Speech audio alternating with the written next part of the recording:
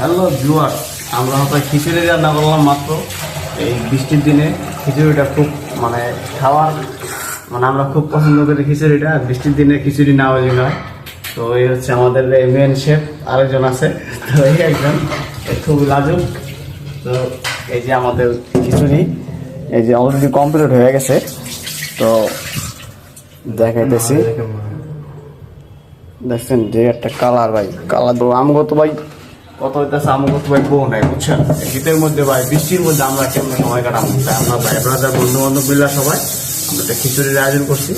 এখন বাজে রাত 11টা, প্রায় 11টা 11:30টার মতো। তো এখন আমরা খামো, খাওয়ার ভিডিওটা দেখাইতেছি এখন। পানি গরম পানি বৃষ্টির মজা, বৃষ্টির কি